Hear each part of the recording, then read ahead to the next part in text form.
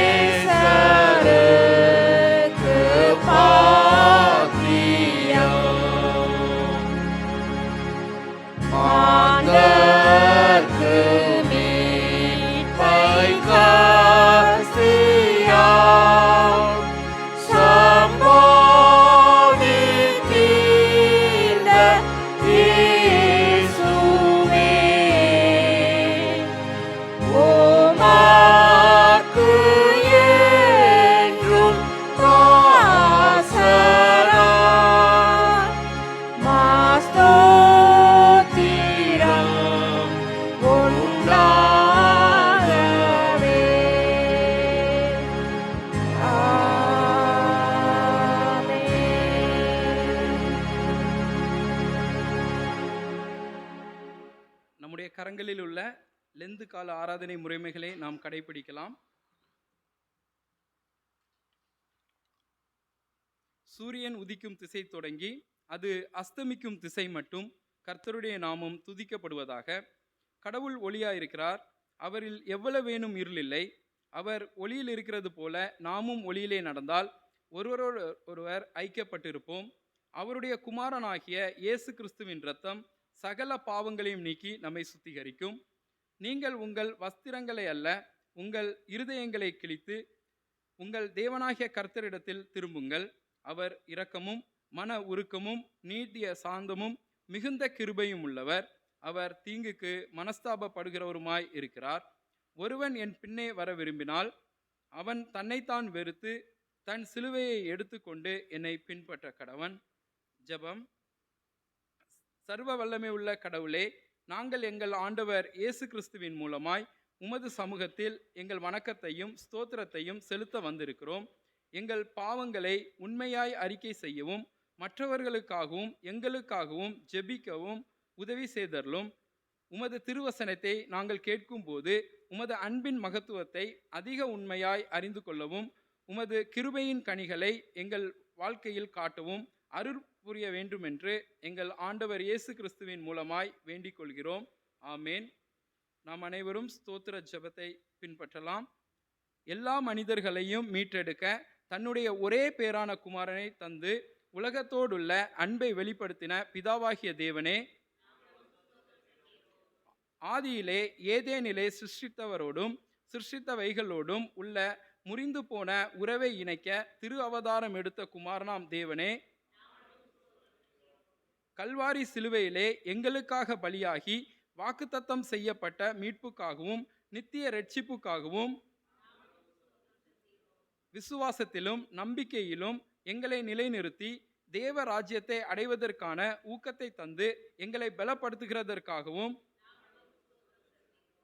இயேசு கிறிஸ்துவின் சிலுவையின் அன்பை தேவ வார்த்தையின் மூலம் எங்களுக்கு தந்ததற்காகவும் திருவசனம் தந்ததற்காகவும் திருவசன சத்தியங்களை உரைக்கிற பல ஊழியங்களுக்காகவும் தினந்தோறும் எங்களை ஆவிக்குரிய ஆசீர்வாதங்களால் பலப்படுத்துகிற தேவ கிருபைக்காகவும் எங்கள் மேல் பொழிகின்ற ஆத்மீக நன்மைகளுக்காகவும் தேவ அன்பினாலும் பாதுகாப்பினாலும் ஊற்றப்படுகிற குடும்ப பந்தங்களுக்காகவும் தேவ மகத்துவங்களை குறித்து சிந்திக்க வைக்கும் இயற்கை வரங்களுக்காகவும் பிதாவும் குமாரனும் பரிசுத்த ஆவியுமாகிய திரியேக தெய்வமே,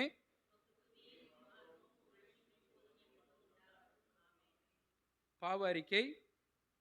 இரக்கமுள்ள ஆண்டவரே, உம்மிடத்தில் விசுவாசமாயிருக்கிற ஜனமாகிய நாங்கள் சகல பாவங்களும் சுத்திகரிக்கப்படுவதற்கும் அமைதலான மனதோடே உமக்கு ஊழியம் செய்வதற்கும் எங்களுக்கு பாவ மன்னிப்பையும் சமாதானத்தையும் அருளி செய்ய வேண்டும் என்று எங்கள் கர்த்தராகிய இயேசு கிறிஸ்துவின் மூலமாய் வேண்டிக் கொள்கிறோம். ஆமேன். இன்றைக்கான வேத பாடம் யோவான் எழுதின சுவிசேஷம் 4வது அதிகாரம் 46வது வசனம் முதல் 54வது வசனம் வரை. சபையார் ஒருவர் வந்து இதை முன்னே வாசிக்கலாம்.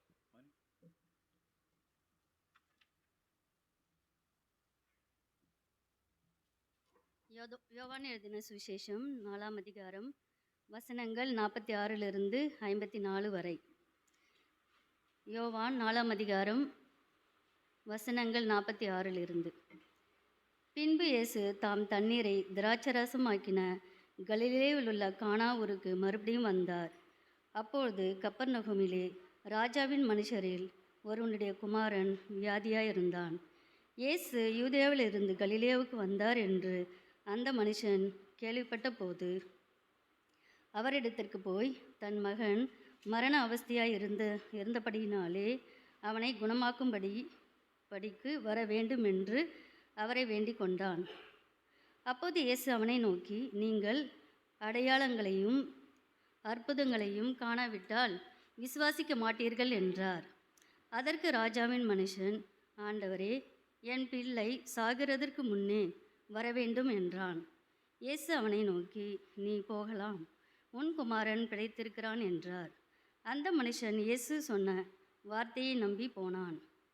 அவன் போகையில் அவனுடைய ஊழியக்காரர் அவனுக்கு எதிர்கொண்டு வந்து, உம்முடைய குமாரன் பிழைத்திருக்கிறான் என்று அறிவித்தார்கள்.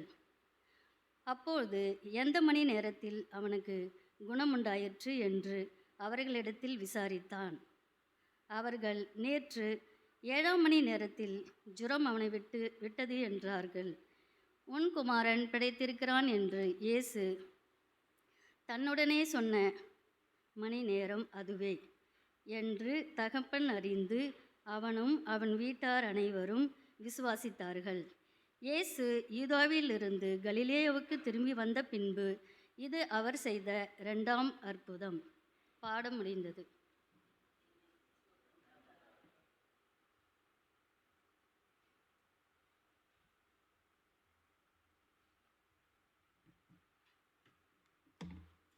நாம் அனைவரும் எழுந்து நின்று கிறிஸ்தவ கீர்த்தனையிலே பாடல் எண் 129 நாம் சேர்ந்து பாடலாம். கீர்த்தனை எண் 129.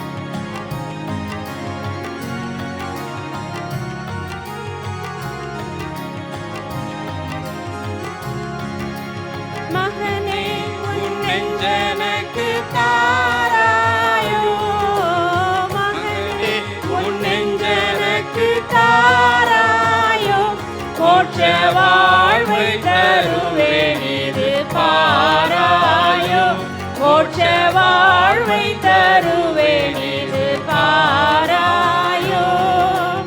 அகத்தின் அசுத்தமெல்லாம் துடைப்பேனே, அகத்தின் அசுத்தமெல்லாம் துடைப்பேனே. பாவ அழுக்கை நீக்கி அருள் கொடுப்பேனே, பாவ அழுக்கை நீக்கி அருள் கொடுப்பேனே. உன் பாவம் முற்றும் பரிகரிப்பேனே, உன் பாவம் முற்றும் பரிகரிப்பேனே. அதை உண்மையாய் அகற்ற யான் மரித்தேனே, அதை உண்மையாய் அகற்ற யான் மரித்தேனே. பாவம் அனைத்துமே விட்டோடாயோ, பாவம் அனைத்துமே விட்டோடாயோ. நித்திய பரகதி வாழ்வை இன்று தேடாயோ, நித்திய பரகதி வாழ்வை இன்று தேடாயோ. உலக வாழ்வினை வீட்டகல்வாயே, உலக வாழ்வினை வீட்டகல்வாயே. மகவுவ பாய்கதீவேன் மகிழ்வாயே, மகவுவ பாய்கதீவேன் மகிழ்வாயே. உந்தன் ஆத்துமத்தை நீ படைப்பாயே, உந்தன் ஆத்துமத்தை நீ படைப்பாயே. அதில் உண்மையாய் வசிக்க இடம் கொடுப்பாயே, அதில் உண்மையாய் வசிக்க இடம் கொடுப்பாயே.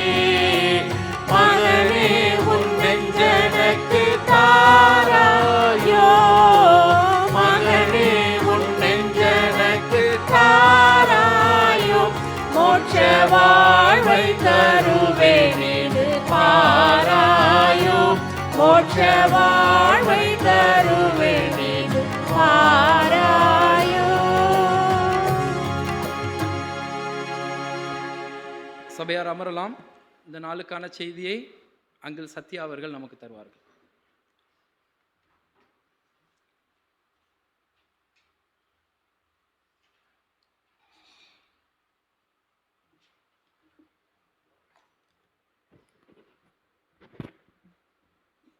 ஹல்லேலூயா, ஹல்லேலூயா, ஹல்லேலூயா. தேவனுடைய நாமம் மாத்திரமே மகிமைப்படுவதாக. இந்த லெந்து நாட்களிலே இந்த ஒரு தியானத்தை குறித்து பேசும்படியாக அடியனுக்கு இந்த ஒரு வாய்ப்பை ஏற்படுத்தி கொடுத்தின தேவாரி தேவனுக்கு நன்றிகளை செலுத்துகின்றேன்.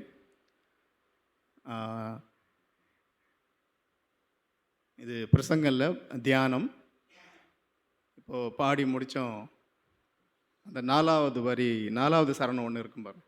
சராசரங்கள் அனைத்தும் அவ்வன்புக்கு எம்மாத்திரம், என் ஜீவன் சுகம் செல்வம் என் நேசருக்கு பாத்தியம். இந்த இந்த ஒரு பாமலை எழுதியவர், நான் நினைக்கிறேன் இங்கிலாந்து தேசத்துக்காரர், ராக்கிங் ஹேம்னு நினைக்கிறேன் நான் எழுதுனது. அவருடைய அந்த அந்த கற்பனை அப்படி எடுத்துக்கலாம். ஒருவேளை ஜெபத்தோடு தான் எழுதியிருப்பார். ஆனால் அந்த நீங்கள் இந்த மாதிரியான வரிகள் வந்து ரொம்ப அபூர்வமானது. அது ரொம்ப அந்த டச்சிங்குன்னு சொல்லுவாங்க இல்லைங்களா, அது நம்ம அந்த பாட்டு பாடும்பொழுது தான் தெரியும் அது நமக்கு. வேறு எந்த மதத்துலேயும் கூட இந்த மாதிரி வந்து கடவுளை வந்து இப்படியும் இருப்பாங்களா கடவுள் அப்படின்ற ஒரு கேள்விக்குறியோடு தான் நம்ம அதை பார்க்க முடியும். இன்றைக்கான நமக்கு கொடுக்கப்பட்ட தியானம் வார்த்தையும் வாழ்க்கையும், பெட்டிஷன் அண்ட் ப்ரொமோஷன் என்று ஆங்கிலத்திலே. நாம் ஜெபம் செய்வோம். ஆதி அந்தம் இல்லானே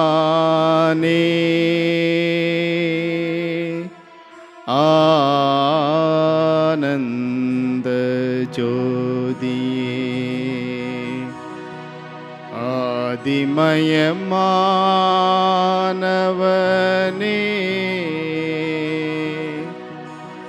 அப்பனே,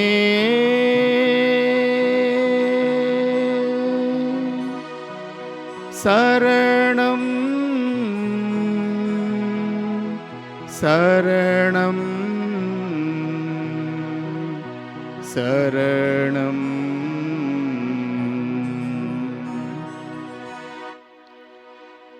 எங்கள் அன்பின் ஆண்டவரே, எங்களுக்காகவே மரித்து இன்றும் வாழ்கின்ற எங்கள் தெய்வமே, மறுபடியுமாக உம்முடைய பாடுகளை குறித்து நாங்கள் தியானிக்கும்படியாக எங்களை கூட வர செய்திருக்கின்றீர். உமக்கு நன்றி அப்பா, ஸ்தோத்திரம். என் கண்மலையும் என் மீட்புமாய் என் கர்த்தாவே, என் வாயின் வார்த்தைகளும் என் இதயத்தின் தியானமும் உம்முடைய சமூகத்தில் பிரதியாயிருப்பதாக. ஆமென். கர்த்தரும் இரட்சகருமாக இயேசு கிறிஸ்து நாமத்தினாலே உங்கள் அனைவரும் நான் வாழ்த்தி வரவேற்கின்றேன். உலகம் முழுவதும் பார்த்தீங்கன்னா நம்ம வந்து இந்த லெந்து நாட்களில் நம்மை ஒடுக்கி அன்றாட வாழ்க்கையை நாம் மாற்றி அமைக்க வேண்டும். மனமாற்றம், நாம் செய்கின்ற பாவங்கள், இவ்வனைத்தையும் நாம் இந்த வேளையிலே, இந்த நாட்களிலே நாம் நினைவு கூர்ந்து இதை செய்யும்படியாக இதை உருவாக்கி கொடுத்திருப்பதை நாம் அறிவோம். குறிப்பாக இந்த நாட்களிலே பிறருக்கு உதவி செய்ய வேண்டும் என்கின்ற ஒரு மனப்பான்மையை நாம் நம்முடைய வாழ்க்கையிலே வளர்த்து கொள்ள வேண்டும். ஒரு தூய்மையான இதயத்தோடு, கைகளோடு நல் வழியில் வாழ வேண்டும் என்று நாம் நம்மை அர்ப்பணிக்க வேண்டும் என்பதே இதனுடைய நோக்கம். அதாவது இந்த 40 நாள் அதை செஞ்சுட்டு 41வது நாள் வந்து ஒரு இந்த பழைய குருடி கதுவை, அப்படி ஒரு தமிழ் ஒரு பழமொழி உண்டு. அப்படி போகாமல் நம்முடைய வாழ்க்கையில் அதை நாம் கடைப்பிடிக்கும்படியாக நாம் அதை செய்தால் ஆம், கர்த்தராகிய இயேசு கிறிஸ்துவனுடைய அந்த அவர் நமக்காக மரித்த அதனுடைய ஒரு பொருள் நமக்கு கண்டிப்பாக அதற்கு ஒரு விடை நமக்கு கிடைக்கும். என்னையும் சேர்த்து தான் 40 நாள் நம்ம பாட்டுக்கு வந்து இந்த தவம் எல்லாம் இருப்பாங்க அவங்க. அந்த மற்ற மதங்கள் நிறைய பேர் இருப்பாங்க, அந்த மலைங்களெல்லாம் போவாங்க, அங்கே போயிட்டு அமைதியாக இருப்பாங்க, அதுக்கப்புறம் திரும்ப வருவாங்க. அப்படி இல்லாமல் நம்முடைய ஜீவிதத்தில் இதை கை கொள்ள வேண்டும் என்று கர்த்தர் விரும்புகின்றார். இந்த தலைப்பு வந்து வார்த்தையும் வாழ்க்கையும். கடவுளுடைய வார்த்தையின்படி நாம் வாழ்கின்றோமா? அப்படி ஒரு கேள்வி வந்து நமக்குள்ள வரும். அல்லது கர்த்தருடைய வார்த்தையை விட்டு விலகி வாழ்கின்றோமா அப்படின்ற ஒரு கேள்வியும் வரும். அப்போது 2 கேள்வி நம்முடைய முன்னால். இப்போது ஆதியிலே வார்த்தை இருந்தது, அந்த வார்த்தை தேவனாக இருந்தது, நமக்கு அது தெரிஞ்ச ஒரு வசனம். அப்போது அன்றாட வாழ்க்கையிலே தேவனுடைய சித்தத்தின் பிரகாரம் நாம் வாழ்கின்றோமா என்பதை நாம் சோதித்து பார்க்க வேண்டும். இந்த வாசித்த இந்த வேத பகுதியிலே யோவான் 4ஆம் அதிகாரம் வசனங்கள் 46 முதல் 54 வரை. அதில்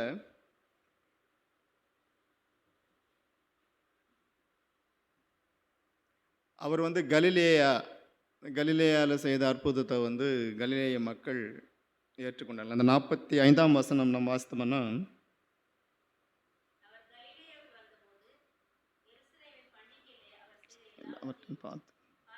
கலிலேயர் அவரை ஏற்றுக்கொண்டார்கள், அவர்களும் கண்டிகைக்கு போயிருந்தார்கள். கர்த்தராகிய இயேசு கிறிஸ்து அதுக்கு முன்னாடி 3 வசனம் முன்னாடி நீங்கள் போய் பார்த்தீங்களான்னா, ஒருவன் சொந்த ஜனத்தினாலே நிராகரிக்கப்படுவார் என்கிற ஒரு வசனமும் அங்கே இருக்கும். அப்போ நீங்கள் அந்த ஒரு ஜியாகிரபிக்கலாக வந்து நீங்கள் அந்த இடத்த பாருங்கள். நீங்கள் கொஞ்சம் வரலாறு கொஞ்சம் திரும்பி பாருங்கள். அங்கே பிறந்து அங்கே ஊழியம் செய்த கர்த்தராகிய இயேசு கிறிஸ்துவனுடைய போதனைகள் இன்றைய வரைக்கும் அங்கே ஏற்றுக்கொள்ளப்படவில்லை. இது உங்களுக்கு தெரிஞ்சிருக்குன்னு நான் நினைக்கிறேன். அங்கங்கே கொஞ்சம் கொஞ்சம் தான் இருக்கும் அந்த இடத்துல. நீ மேப்பில் பார்த்தீங்கன்னா கொஞ்சம் கொஞ்சம் வெட்டி போட்டிருப்பாங்க. முழுமையாக வேறு ஒரு மதம் வேறு மதத்தினுடைய தாக்கம் அதிகமாக இருக்கின்றது. அது அப்போது கலிலேயாவிலே இன்னைக்கு கலிலேயா கடல் அந்த பகுதியிலெல்லாம் வந்து கிறிஸ்தவம் கிடையாதுன்னு சொல்லுவேன் நான். அதற்கு காரணம் பொலிட்டிக்கலாக நீங்கள் வந்து அரசியல் நோக்குடன் பார்த்தால் நிறைய காரணங்கள் அதற்கு இருக்கின்றது. அல்லது அவர் நமக்கு போதித்த அந்த வார்த்தைகளை அந்த காலகட்டத்தில் இருந்த மக்கள் அதை தங்களுடைய வாழ்க்கையிலே நல்வழியில் அதை கடைப்பிடிக்காததனால் வேறு ஒரு பாதையிலே அவர்கள் சென்றிருக்கக்கூடும் என்பது என்னுடைய கருத்து. காரணம், பேதுருவும் பவுலும் வேறு ஒரு தேசங்களுக்கு போய் தேவனுடைய வார்த்தையை பிரசங்கித்த பொழுது அங்கிருக்கின்ற மக்கள் அதை ஏற்றுக்கொண்டார்கள். கர்த்தராகிய இயேசு கிறிஸ்து பிறந்து வாழ்ந்து ஊழியம் செய்த இடத்திலே அவரை ஏற்றுக்கொள்ளவில்லை. இன்றைய காலகட்டத்துக்கு நாம் இதை எப்படி பொருத்தி பார்க்கணும்? இதில் நிறைய விஷயம் இருக்குது. நம்ம இந்திய தேசத்தை எடுத்துக்கொண்டால் நிறைய காரியங்கள் அவருடைய வார்த்தை ஒரு சுற்றளவுக்கு உள்ளாவே சுற்றி வருதாங்க. இன்றைக்கு நம்முடைய நாட்டில் இல்லை கிறிஸ்தவங்களுடைய அந்த சதவிகிதம் இப்போ வளர்ந்தது கிடையவே கிடையாது.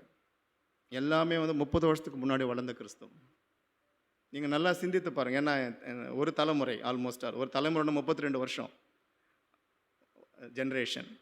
அதனால் எனக்கு அது நான் கண்கூடாக பார்க்குறேன். நான் கிறிஸ்தவத்தின் வளர்ச்சி இந்த 30 வருஷத்தில் கிடையாது. வளர்ச்சி எதில் இருக்குதுன்னு சொல்லிட்டு உங்களுக்கு நல்லாவே தெரியும். இட் இஸ் வித் இன் த வால், சுவருக்குள்ளாக தான் இருக்குது.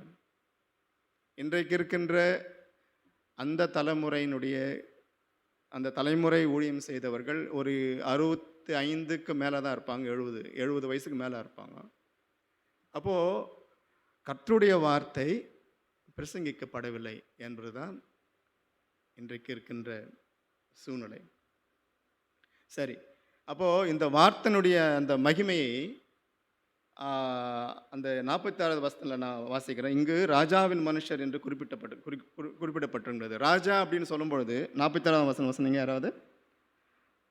46வது வசனம்.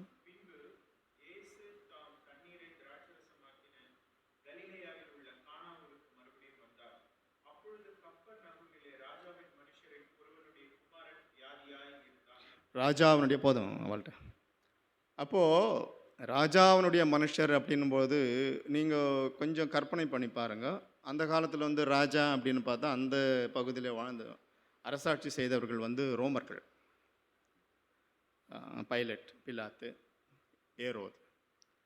அப்போது ஒரு வேளை வந்து ராஜாவின் குடும்பத்தை சேர்ந்தவனாக கூட இருக்கலாம். அவங்க ரோமானியர்களுக்கு வந்து கிறிஸ்தவத்தில் நம்பிக்கை கிடையாது. அவங்களுக்கு தனிப்பட்ட தெய்வங்கள், காடஸ்ன்னு சொல்லுவாங்க. இந்த கோலங்கள்லாம் இருக்குது பார்த்தீங்களா? 9 கோலங்கள். குழந்தைங்க சில்ட்ரனுக்கு தெரியும். 9 கோலங்கள் இருக்குது. அந்த பேரெல்லாம் பார்த்தீங்களன்னா அது அவங்க வச்ச பேர் தான். அந்த பேர் எல்லாமே வந்து தேவதைகளுடைய பெயர் தான் இருக்கும் அவங்களுக்கு. பெண் தேவதைகள் அதிகம் அவங்களுக்கு. அப்போது கர்த்தராக இயேசு கிறிஸ்துவினுடைய போதைகளை வந்து அவங்க அங்கீகரிக்க செய்யவில்லை. அதனால தான் வந்து பீட்டர் அந்த காலத்தில் கர்த்தருடைய வார்த்தையை நேர ரோமுக்கு கொண்டு போனார். இங்கே அரசாட்சி செய்த ரோமானியர்கள் வந்து அவரை ஏற்றுக்கொள்ளவில்லை. அதனால் என்ன பண்ணாருன்னா அவருடைய மிஷனே வந்து பார்த்தீங்களன்னா நேராக வந்து ரோமுக்கு போயிட்டார். பட் இன்னைக்கு ரோம் அந்த காலகட்டத்திலேருந்து இன்றைக்கு வரைக்கும் ரோம் தான் வந்து இட்ஸ் எ சென்ட்ரிங் பாயிண்ட். கிறிஸ்தவத்தினுடைய மத்திய ஸ்தலம் இன்றைக்கும் ரோம் தான். அப்போது அந்த ராஜாவின் குடும்பத்திலே மகன் என்ன வச்சுக்குவோம். அந்த மகன் வந்து நோய்வாய்ப்பட்டிருக்கும்போது he was on death bed. உயிர் எப்போ போகணும்னு தெரியாது. அவருடைய தேவதைகளை எல்லாம் அவர் வணங்கி முடிச்சிட்டாரு. அவருக்கு எதுவுமே நடக்கலை. கடைசியில் என்ன பண்ணார்? ஏசாமியை பற்றி கேள்விப்பட்டு அவர் வந்து ஆள் அனுப்புகிறாரு. ஏசாமியை போயிட்டு வர சொல்லு என் வீட்டுக்கு, என் மகன் உயிர் போகும் தருவாயில் இருக்கின்றான் அப்படின்னு சொல்லி. அப்போ ஏசாமியுடைய பதில் என்ன இருக்குது அந்த இடத்துல? 48ஆம் வசனம். ஒரு கவுண்டர் ஒன்று கொடுப்பாராங்க. 48ஆம் வசனம். நீங்கள் அடையாளங்களையும் அற்புதங்களையும் காணாவிட்டால் விசுவாசிக்க மாட்டான். அப்போது வார்த்தை என்பது ஒரு கேள்விக்குறியாகின்றது. ஆனாலும் அவர் என்ன சொல்கிறார் பாருங்க. அவன் அந்த வந்தவன் வந்து திரும்ப சொல்கிறான், இல்லை என் மகன் வந்து இறந்துருவான். அப்போ உடனே வந்து he takes that faith. அவனுடைய ஃபெய்த்தை எடுக்கிறாரு. அவனை புரிஞ்சுக்கிறார். அவர் உடனே சொல்கிறாரு, உன் மகன் சொஸ்தமாவான். தொடர்ந்து வாசிங்க.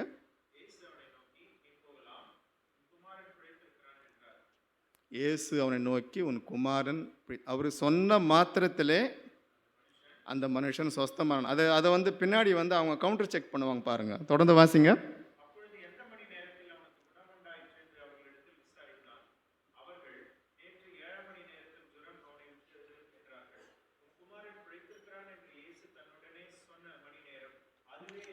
அதுவே என்று தகப்பன் இஸ் கிவிங் த ஸ்டேட்மெண்ட். அப்போது அந்த வார்த்தையினுடைய அந்த பவர், சக்தி.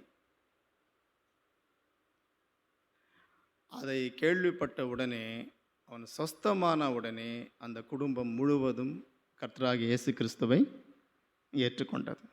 அவனும் உன் குமாரன் பிழைத்திருக்கின்றான் என்று இயேசு தன்னுடனே சொன்ன மணி நேரம் அதுவே என்று தகப்பன் அறிந்து அவனும் அவன் வீட்டாரும் அவரை விசுவாசித்தார்கள். D major.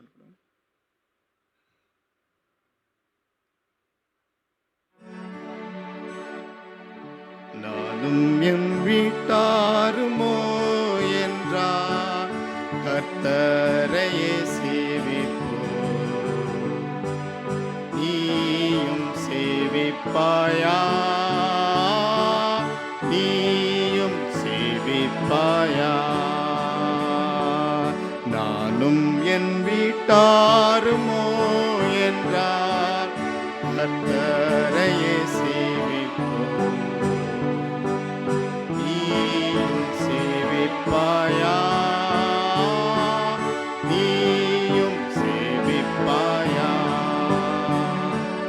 கர்த்தரையே சேவிப்பது ஆகாததென்று சொன்னார். கர்த்தரையே சேவிப்பது ஆகாததென்று கொண்டார். யாரை நீ சேவிப்பாய் என்பதை இன்றே தீர்மானம் செய்வார். யாரை நீ சேவிப்பாய் என்பதை இன்றே தீர்மானம் செய்வார். நானும் என் வீட்டாருமோ என்றார் கர்த்தரையே சேவிப்போம். நீயும் சேவிப்பாயா, நீயும் சேவிப்பாயா. ஹல்லேலூயா. இறை வார்த்தையே ஆரோக்கியம். வாசியுங்கள் நீதிமொழிகள் 4:22.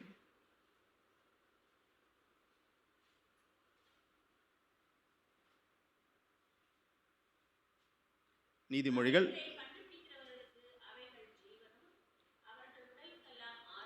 எவைகளை கண்டுபிடிப்பதற்கு? கர்த்தருடைய வார்த்தைகளை கண்டுபிடித்தால் நம்முடைய ஜீவன் அதுதான், நம்ம உடலுக்கெல்லாம் ஆரோக்கியம். அப்போது கர்த்தருடைய வார்த்தை கடைபிடிச்சிட்டாலே உடலுக்கு ஜீவனும் ஆரோக்கியம் வந்துடுமான்ற ஒரு கேள்வியும் வரும் இல்லையா? மற்ற காரியங்கள் எல்லாமே நம்ம செய்யலாம் உலக பிரகாரமாக, ஃபிசிக்கலி. ஆனால் மன ஆரோக்கியம் இருந்தால்தான் இது எல்லாமே செய்ய முடியுது. நம்ம முதல்ல புரிஞ்சுக்கணும். இன்றைக்கு இருக்கின்ற காலகட்டத்திலே நான் ஏற்கனவே சொல்லியிருக்கிறேன், 24 மணி நேரம் என்பது மிகவும் குறுகிவிட்டது. ரொம்ப குறுகிடுச்சு. இப்போ என்ன வயசுலேருந்து ஒரு -10 அப்படியே போட்டுக்கினாலும் அவங்களுக்கு தெரியும் அந்த கடந்த கால வாழ்க்கை. ஒரு சம்மர் ஹாலிடேஸ் வரும்பொழுது அது ரொம்ப லாங்காக இருக்கும். நமக்கு பாட்டி வீட்டுக்கு போகிறது, அங்கே போகிறது, இங்கே போகிறது. அப்புறம் அந்த தசரா ஹாலிடேஸ்னு ஒன்று வரும். ஆனால் இன்றைக்கு எல்லாமே குறுகி விட்டது. அப்போது காலையில்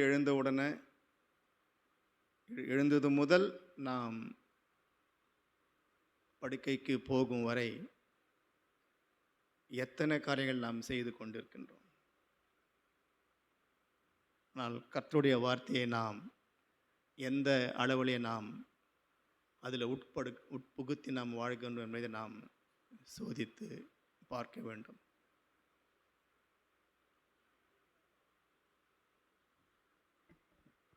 எப்பொழுது நம்முடைய கிறிஸ்துவ வாழ்க்கை ஆரம்பமாகின்றது? ஒரு கேள்விதான் எனக்கும் சேர்த்து. நம்முடைய கிறிஸ்துவ வாழ்க்கை எப்பொழுது ஆரம்பமாகின்றது? பிறந்த உடனே ஆரம்பிக்குதா, இல்லை ஞான ஸ்நானம் கொடுத்த பின்பு, இல்லை ஞான ஸ்நானம் எடுத்த பின்பு, எப்படியாவது எடுத்து போத அப்பொழுது ஆரம்பிக்கின்றதா, இல்லை சண்டே ஸ்கூலுக்கு ரெகுலராக வரும்போது ஆரம்பிக்கின்றதா, வாலிப குழு, பெண்கள் குழு, ஆண்கள் குழு, இல்லை ஆலயத்திற்கு ஒழுங்காக வருகின்றதுனால் ஆரம்பிக்கின்றதா, வருகின்றதுனால்?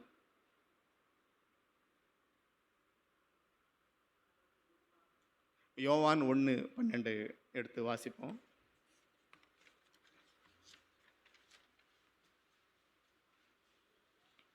யோவான் 1:12.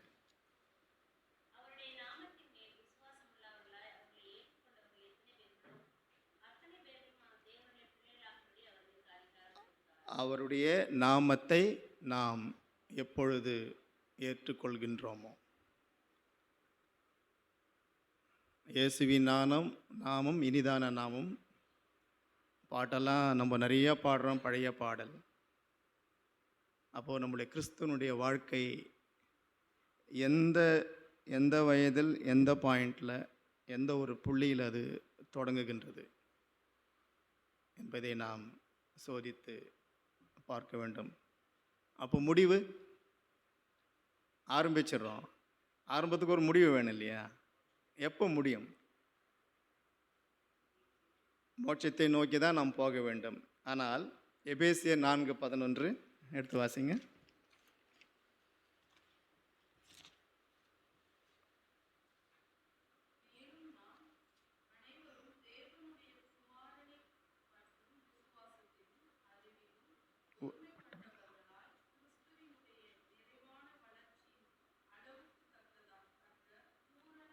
பூரண புருஷராகும் வரைக்கும் அப்படின்னு போட்டிருக்குது.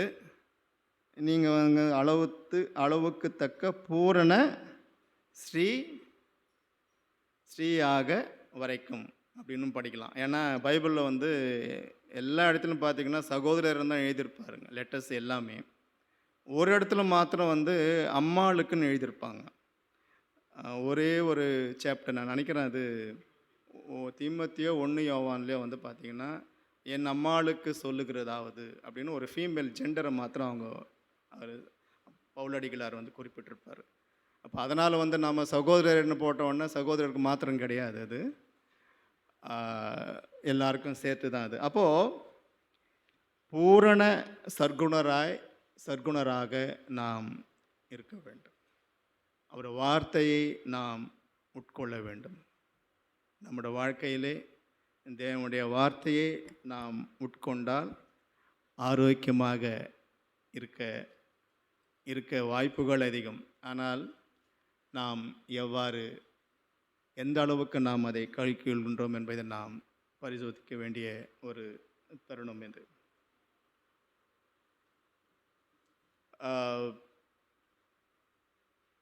நாலேஜ், அறிவு, ஞானம் என்பது வேறு. அது எல்லா துறைகளிலும் எல்லாருக்கும் இருக்கும். வேதாகம அறிவு என்பது வேறு.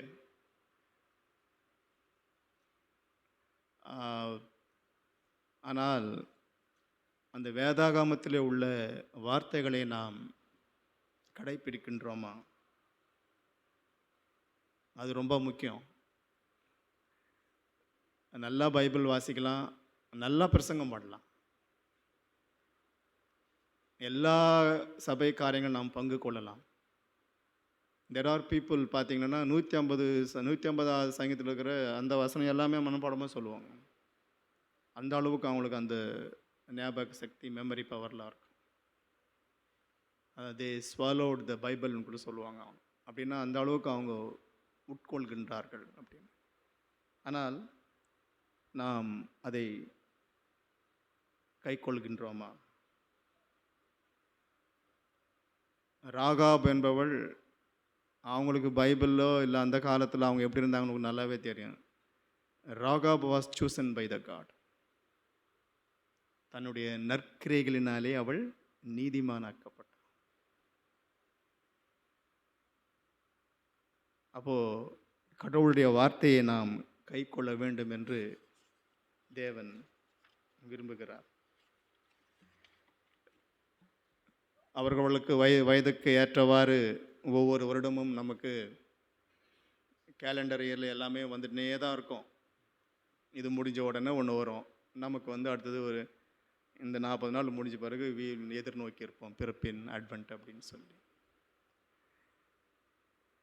ஆனால் கடவுளுடைய வார்த்தையை நம்முடைய வாழ்க்கையிலே பிரதிபலிக்க நாம் ஏதுவாக இருக்க வேண்டும். இது அனுதினமும் நாம் வந்து இது என்ன எப்படி சொல்கிறதுன்னா, you have to practice daily. அது அவ்வளோ எளிதான காரியமும் கிடையாது. You have to practice daily. அதாவது கண்டினியூஸ் ப்ராசஸ்ன்னு சொல்லுவாங்க. அதாவது தொடரும் செயல்முறை. ரொம்ப கஷ்டம். கிறிஸ்துவ வாழ்க்கை வந்து அவ்வளவு எளிதான வாழ்க்கை கிடையாது. ஆனால் தேவன் அதை எளிதாக்க வல்லவராய் இருக்கின்றார். நம்ம எல்லாமே எடுத்து வந்து கடவுள் மேலெல்லாம் போட்டுறவும் முடியாது. அதுக்கு தான் அவர் ஞானம் கொடுத்துருக்கிறார். முடியும் முடியும் என்கின்ற காரியத்தை நாம் செய்தாக தான் வேண்டும். ஒரு கிறிஸ்தவத்தில் நம்பிக்கை இருந்தால் அவருடைய வார்த்தைகளை நாம் கை கொள்ளணும். ஏன்னா அநேக வேத வல்லுநர்கள் வேறு எந்த மதத்திலும் இல்லாத அளவுக்கு நம்முடைய மதத்தினுடைய அந்த இன்டர்பிரட்டேஷன், அந்த விளக்க உரை நம்ம மதத்தில் மாத்திரம்தான் எந்த அளவுக்கு கொடுத்துருக்குறாங்க புக்ஸ். அது எந்த அளவுக்கு நாம் அதை பிரயோஜனப்படுத்தி கொள்கின்றோம் என்பதை நாம் சோதித்து பார்க்க வேண்டும். புத்தகங்கள் படித்தால்தான் நமக்கு அநேக காரியங்கள் நமக்கு வெளிப்படும். இந்த வலையொலியில் யூடியூப்பில் நிறைய காரியங்கள் வர்றது உங்களுக்கு நல்லாவே தெரியும். அது யாருமே சென்சாரும் பண்ண முடியாது. அது எல்லாமே நானே ராஜா நானே மந்திரி கணக்கு தான். ஒன்றும் செய்ய முடியாது நம்ம. ஆனால் நலமானவர்கள் நாம் பற்றி கொள்ள வேண்டும். ஆராய்ந்து அறிந்து நலமானவர்களை நாம் பற்றி கொள்ள வேண்டும். அந்த ஞானத்தை தேவன் நமக்கு கொடுக்கும்படி நாம் ஜெபிக்க வேண்டும். கிறிஸ்துவின் அன்பினாலே மீட்டு கொண்டவர்களை நாம் நித்திய ஜீவனை சுதந்திரித்து கொள்ளும்படி அழைக்கப்பட்டிருக்கின்றோம். இந்த கீர்த்தனையில் ஒரு பாடல் 401வது பாடலாம் ஏற்கனவே பாடியிருக்கிற அந்த பாட்டு.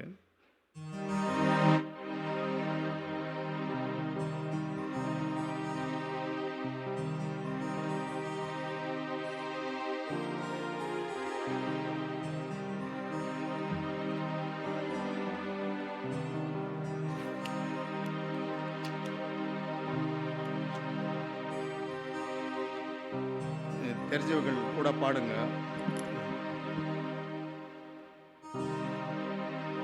நான் உமக்கு சொந்தமானவன்,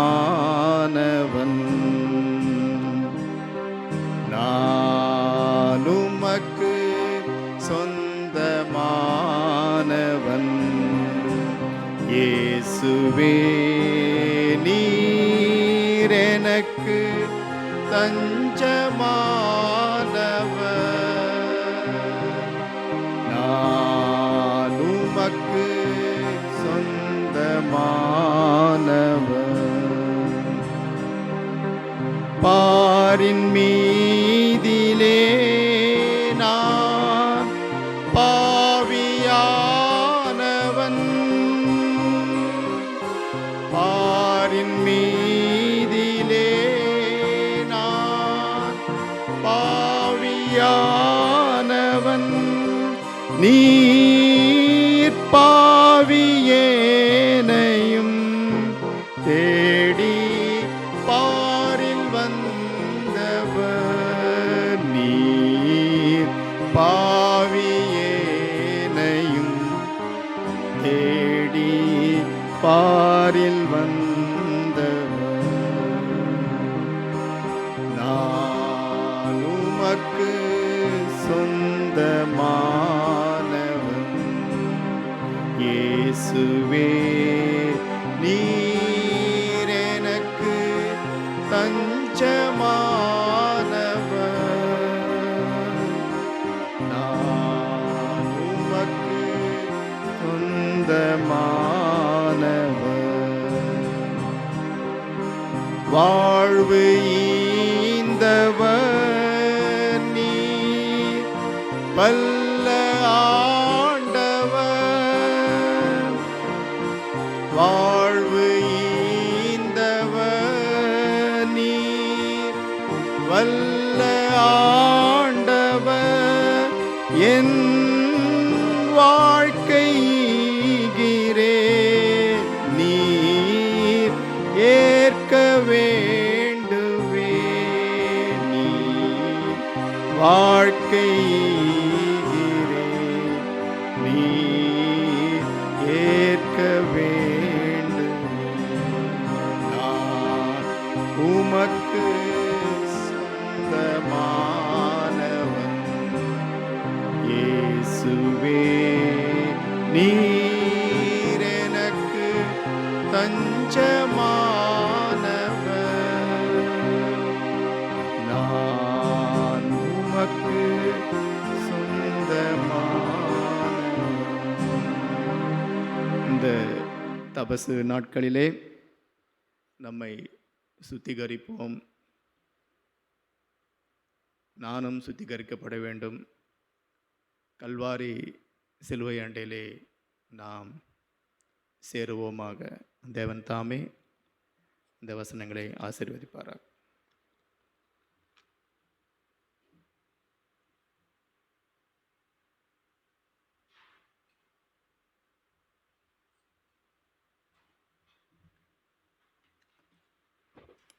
செய்தியை கேட்ட நாம் அனைவரும் எழுந்து நின்று அப்போஸ்தல விசுவாச பிரமாணத்தை நாம் அனைவரும் சேர்ந்து சொல்லலாம். வானத்தையும் பூமியையும் படைத்த சர்வ வல்லமையுள்ள பிதாவாகிய தேவனை விசுவாசிக்கிறேன். அவருடைய ஒரே குமாரனாகிய நம்முடைய நாதர் இயேசு கிறிஸ்துவையும் விசுவாசிக்கிறேன். அவர் பரிசுத்த ஆவியினாலே கன்னிமரியாள் இடத்தில் உட்பவித்து பிறந்தார். பொந்து பிலாத்துவின் காலத்தில் பாடுபட்டு சிலுவையில் அறையுண்டு மரித்து அடக்கம் பண்ணப்பட்டு பாதாளத்தில் இறங்கினார். 3ஆம் நாள் மரித்தோரிடத்திலிருந்து எழுந்தருளினார். பரமண்டலத்துக்கு ஏறி சர்வ வல்லமை உள்ள பிதாவாகிய தேவனுடைய வலது பாசிலே வீற்றிருக்கிறார். அவ்விடத்திலிருந்து உயிருள்ளோரையும் மரித்தோரையும் நியாயம் தீர்க்க வருவார். பரிசுத்த ஆவியை விசுவாசிக்கிறேன். பொதுவாக இருக்கிற பரிசுத்த சபையும் பரிசுத்தவான்களுடைய ஐக்கியமும் பாவ மன்னிப்பும் சரீர உயிர்த்தெழுதலும் நித்திய ஜீவனும் உண்டென்றும் விசுவாசிக்கிறேன். ஆமேன். மன்றாட்டு ஜெபம். தேவனுடைய படைப்பினால் உண்டான மனோகரமான இந்த உலகத்திற்காகவும் சகல விதமான ஜீவராசிகளுக்காகவும் நாம் பிரார்த்தனை செய்வோமாக. உலகத்தில் நீதியும் சமாதானமும் நட்பும் வளர வேண்டும் என்று நாம் பிரார்த்தனை செய்வோமாக. எல்லா ராஜ்யங்களுக்காகவும் ராஜ்யங்களை ஆளும் அதிகாரிகளுக்காகவும் நாம் பிரார்த்தனை செய்வோமாக. சமுதாயத்தில் வெவ்வேறு இடங்களில் பல வகையான பொறுப்புகளில் இருப்பவர்களுக்காக நாம் பிரார்த்தனை செய்வோமாக. நீதி மறுக்கப்பட்டவரும் ஒதுக்கப்பட்டவர்களுக்காகவும் ஏழைகளுக்காகவும் குற்றவாளிகளுக்காகவும் நாம் பிரார்த்தனை செய்வோமாக. எல்லா குழந்தைகளையும் வாலிபரையும் நடுத்தர வயதுள்ளவர்களையும் நினைத்து நாம் பிரார்த்தனை செய்வோமாக. அனாதைகள், விதவைகள், முதியோர்கள் அனைவரையும் நினைத்து நாம் பிரார்த்தனை செய்வோமாக. வியாதியஸ்தர்கள், விபத்துக்குள்ளானோர், மாற்றுத்திறனாளிகள், வறுமையில் இருப்பவர்களுக்காகவும் நாம் பிரார்த்தனை செய்வோமாக. எல்லா சுவிசேஷ ஊழியங்களையும் ஊழியர்காரர்களையும் எல்லா கிறிஸ்தவ ஸ்தாபனங்களுக்காகவும் நாம் பிரார்த்தனை செய்வோமாக. எல்லா கிறிஸ்தவ திருச்சபைகளையும் நம்முடைய திருச்சபையையும் சபையின் எல்லா அங்கங்களையும் மூப்பர்களையும் ஊழியங்களையும் எல்லா குடும்பங்களையும் நினைத்து நாம் பிரார்த்தனை செய்வோமாக. ஜெபம்.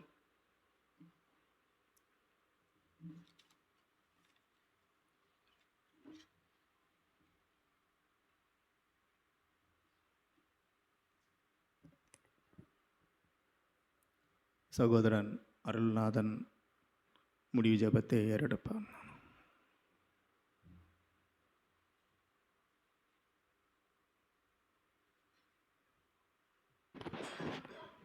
நம்ம யாவரும் கண்களை மூடி, எங்கள் அன்பின் பரலோக தகப்பனே, ஆசீர்வாதமான இந்த நல்ல வேலைக்கு நன்றியோடுமை துதிக்கிறோம் சுவாமி. இவ்வளவு நேரம் நாங்கள் உம்மோடு கூட பேசும்படியாய் கர்த்தர் எங்களுக்கு பாராட்டி நம்முடைய மகிமையுள்ள நாமத்திற்கு நன்றியோடுமை துதிக்கிறோம் சுவாமி. உம்மை ஸ்தோத்தரிக்கிறோம். நாங்கள் எப்படிப்பட்ட அழுக்குள்ளவர்களாக இருந்தாலும் கர்த்தர் எங்கள் மீது நினைவாக இருக்கிறபடியால் நன்றியோடு உம்மை துதிக்கிறோம் சுவாமி. நாங்கள் எப்படிப்பட்ட பாவிகளாக இருந்தாலும் எங்களை கைவிடாத நேசராக என் தகப்பன் எங்களோடு கூட இருக்கிறபடியால் நன்றியோடு உம்மை துதிக்கிறோம் சுவாமி. இந்த 2 நாட்களிலே நாங்கள் எப்படி நடக்க வேண்டும், எப்படி இருக்க வேண்டும், நம்முடைய வாழ்க்கையை நாங்கள் எப்படி பின்பற்ற வேண்டும் என்பது நம்முடைய வார்த்தைகள் மூலமாக கர்த்தர் எங்களோடு கூட பேசுகிறபடியால் நன்றியோடு உம்மை துதிக்கிறோம் சுவாமி.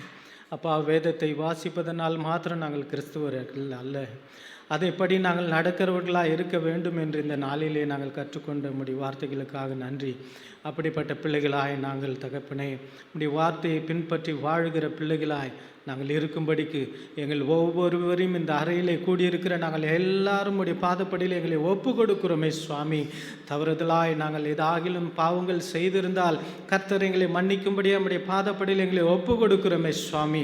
பரிசுத்த ஆவியானவர் ஒவ்வொருவரையும் நீங்கள் இடை கட்டும்படியாக நம்முடைய கரத்தில் நான் ஒப்பு கொடுக்கிறேனே சுவாமி. நம்முடைய ஆளுகைக்குள்ளாக நம்முடைய பிள்ளைகளை நீங்கள் எடுத்துக்கொள்ளும்படியாக நம்முடைய கரத்தில் நான் ஒப்பு கொடுக்கிறேனே சுவாமி. நம்முடைய பரிசுத்தம் நம்முடைய பிள்ளைகளை சூழ்ந்து கொள்ளும்படியாக நம்முடைய கரத்தில் ஒப்பு கொடுக்கிறோமே சுவாமி. கர்த்தர் நீர் பரிசுத்தர் பரிசுத்தர் பரிசுத்தர் பரிசுத்தர் பரிசுத்தர் அப்பா.